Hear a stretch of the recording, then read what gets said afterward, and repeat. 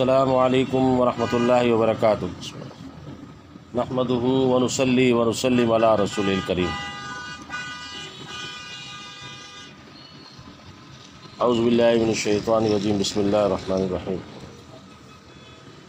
یا ایہا الذین آمنوا کتب علیکم الصیام کما کتب علی الذین من قبلکم لعلکم تتقون۔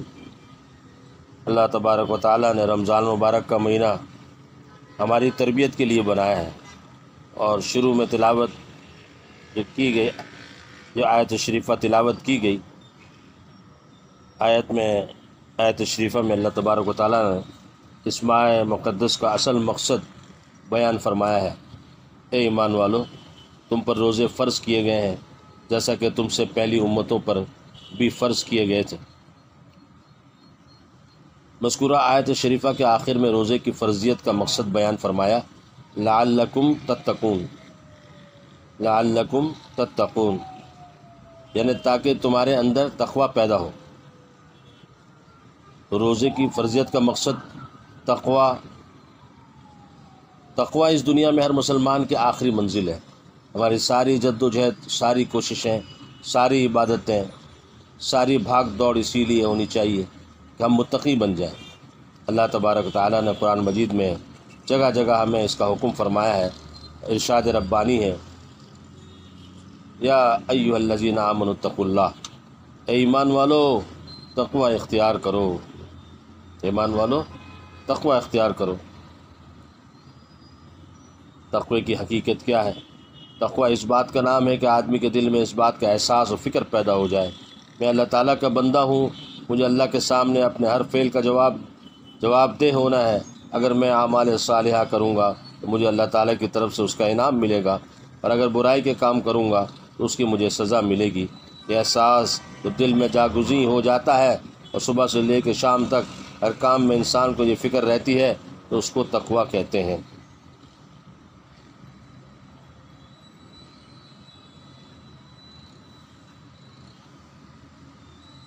در حقیقت اللہ تبارک و تعالی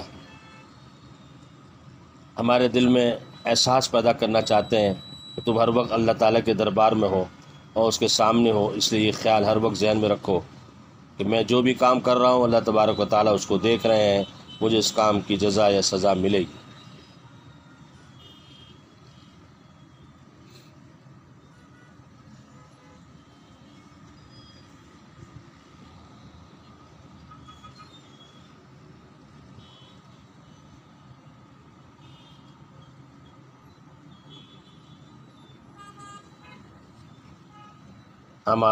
ہمارے ہر قول و فعل کو ریکارڈ کیا جا رہا ہے، محفوظ کیا جا رہا ہے۔ اللہ تعالیٰ فرماتے ہیں جب قیامت میں پہنچو گے تو یہ حالت ہوگی، کتابا یلقاہ منشورا، اقرأ کتابک کفی بنفسک الیوم علیک حسیبا۔ تمہارا نامہ اعمال کھول کر تمہارے سامنے رکھ دیا جائے گا، اب اپنا نامہ اعمال پڑھ لو، تم اپنا حساب کرنے کے لیے کافی ہو۔ در حقیقت ہماری زندگی کی ایک ایک بات محفوظ ہے، اور اسی بات کا احساس اللہ تبارک و تعالیٰ ہمارے دلوں میں پیدا فرمانا چاہتے ہیں۔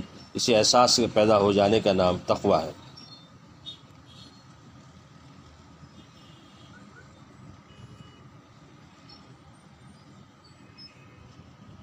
اللہ سبحانہ و تعالیٰ روزے کی فرضیت کا مقصد تقوی، اللہ سبحانہ و تعالیٰ ہمیں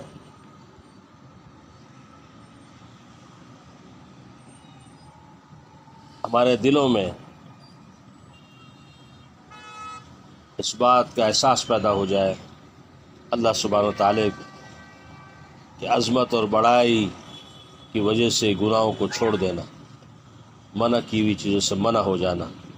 اللہ سبحانہ و تعالیٰ ہمیں تقوی والی زندگی نصیب فرمائے، آمین۔ رمضان مبارک ہمدردی اور غمخواری کا مہینہ ہے۔ اسی مہینے کو رسول اللہ صلی اللہ علیہ وسلم نے فرمایا، شہر المواسات، یہ غمخواری کا مہینہ ہے، ایک دوسرے کے ساتھ ہمدردی کے جذبات کو فروغ دینے کا مہینہ ہے۔ اس میں جتنا ہو سکے دوسروں سے ہمدردی کی جائے۔ حدیث پاک میں فرمایا ہے، رمضان میں اپنے خادموں کا بوجھ ہلکا کر دو، ان پہ ایسی مشقت نہ ڈالو جو ان کے لیے دشواری کا سبب بنے۔ کوئی دشوار کام ان کو کہا ہے تو خود ان کی مدد کرو۔ اپنے ارد گرد ملنے جلنے والے لوگوں کے ساتھ ہمدردی، خیر خواہی کا سلوک رکھو۔ نبی کریم صلی اللہ علیہ وسلم کے بارے میں ہے، حدیث پاک میں آتا ہے، رمضان کے اندر آپ صلی اللہ علیہ وسلم اتنے سخی ہوتے تھے جیسے چلتی ہوئی ہوا ہوتی ہے کہ وہ ہر انسان کو سیراب کرتی ہے۔ اللہ اکبر کبیر۔ اللہ سبحانہ و تعالی سخاوت کی صفت سے بھی ہمیں مالا مال فرمائے۔ رمضان مبارک صبر کا مہینہ ہے، چنانچہ فرماتے ہیں شہر الصبر، یعنی صبر کا مہینہ۔ ایک صبر تو یہی ہے کہ کھانے پینے سے رک رہے ہیں، دوسرا صبر یہ کہ دل میں جو بری خواہشات پیدا ہو رہی ہیں ان کے اوپر صبر کرو، ان کے تقاضوں پر صبر کرو، زبان کو روکو، کوئی لڑنے پر آمادہ ہو تو کہہ دو میں روزے سے ہوں۔ اس وقت اگرچہ طبیعت کی خواہش مقابلے کی ہوتی ہے، جتنی گالیاں یہ دے رہا ہے میں اس سے 10 زیادہ دوں، 10 زیادہ دے دوں، اس نے 1 مارا تو میں 10 ماروں، لیکن اس وقت اپنے آپ کو روکنے کا، صبر کرنے کا حکم ہے۔ اسی طرح عام حالات میں بھی غیبت کرنا، جھوٹ بولنا حرام ہے۔ رمضان مبارک کے مہینے میں گناہ کی شناعت، برائی زیادہ بڑھ جاتی ہے۔ ایک مرتبہ نبی کریم صلی اللہ علیہ وسلم تشریف لے جا رہے تھے، 2 آدمی کو دیکھا ایک دوسرے کی حجامت بچنے لگانا کر رہا تھا اور آپس کی باتوں میں غیبت کر رہے تھے۔ نبی کریم صلی اللہ علیہ وسلم نے فرمایا، بچنے لگانے والا جس کو لگائے جا رہے ہیں دونوں کا روزہ تو ٹوٹ گیا۔ فقہاء اس طرف گئے کہ حجامت سے روزہ ٹوٹ جاتا ہے، لیکن اکثر فقہاء فرماتے ہیں حجامت سے روزہ ٹوٹتا نہیں، ٹوٹنا مراد نہیں، مطلب یہ روزے کا مقصد تھا انسان اپنے اوپر ضبط کرتا، کوئی غلط بات زبان سے نہ نکالتا، انہوں نے غیبت کر کے فوت کر دیا۔ اللہ سبحانہ و تعالی غلط دیکھنے، سننے، بولنے، کھانے پینے کرنے سے ہم سب کی حفاظت فرمائے، غیبت، ادھر ادھر کی باتوں سے ہم سب کی حفاظت فرمائے، آمین۔ رمضان مبارک تقوی قرب الہی کا مہینہ ہے۔ اللہ تبارک و تعالی ہر سال یہ ایک مہینہ بھیجتے ہیں، کہاں بھٹک رہے ہو چلو لوٹ آؤ۔ 11 مہینے کی دنیا کی محنت نے تمہیں اللہ تعالیٰ کی یاد سے غافل کر دیا، دنیا کی فکر غالب آ گئی، آخرت کی فکر مغلوب ہو گئی، تمہارے شوق، سوچ اور امنگ کا مرکز کوئی اور چیز بن گئی ہے۔ لوٹ کر آؤ، اس ماہ میں ہم تمہارے رخ کا سیدھا کریں، ہم تمہیں قریب لے کر آئیں۔ فرمایا اعوذ باللہ من الشیطان الرجیم، یا ایھا الذین آمنوا کتب علیکم الصیام کما کتب علی الذین من قبلکم لعلکم تتقون۔ رمضان مبارک کا مہینہ بھیجنے کا مقصد تقوی پیدا کرنا ہے۔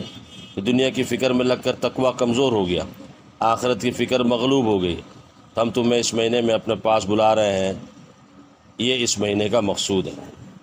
گویا کہ ضبط نفس کی ترتیب دی جا رہی ہے۔ 11 مہینے بہت کھا پی لیا، اب ہماری خاطر اس دن،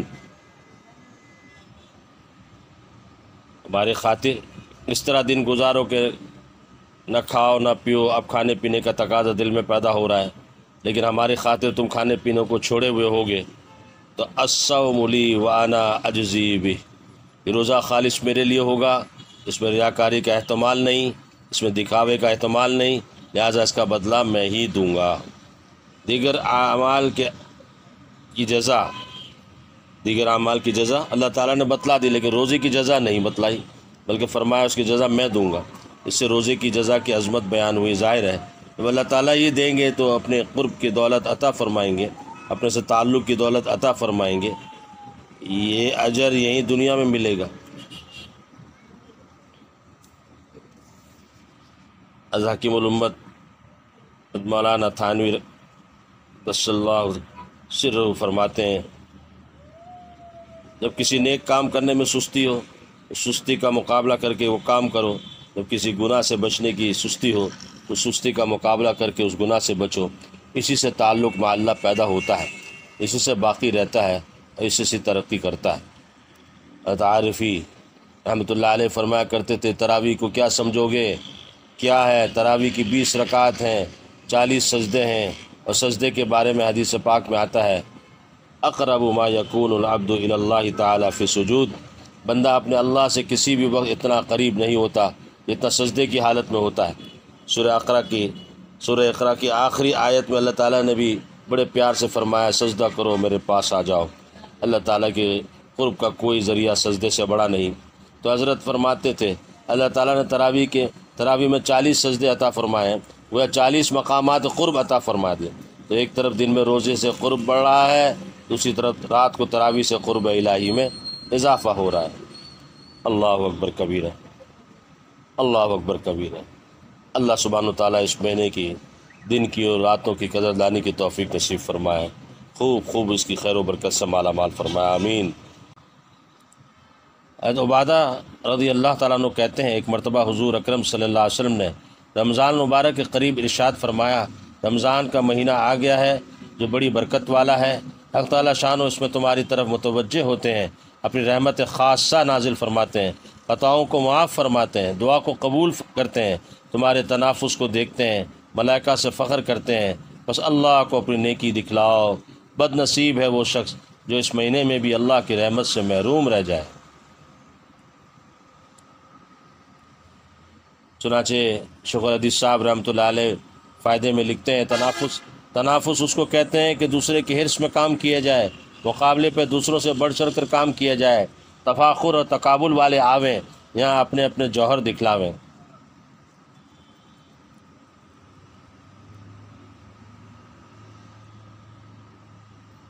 فخر کی بات نہیں، تحدیث بن نعمہ کے طور پر لکھتا ہوں اپنی نااہلیت سے خود اگرچہ کچھ نہیں کر سکتا مگر اپنے گھرانے کی عورتوں کو دیکھ کے خوش ہوتا ہوں کہ اکثروں کو اس کا اہتمام رہتا ہے کہ دوسری سے تلاوت میں بڑھ جاوے، خانگی کاروبار کے ساتھ 15-20 پارے روزانہ بے تکلف پوری کر لیتی ہیں۔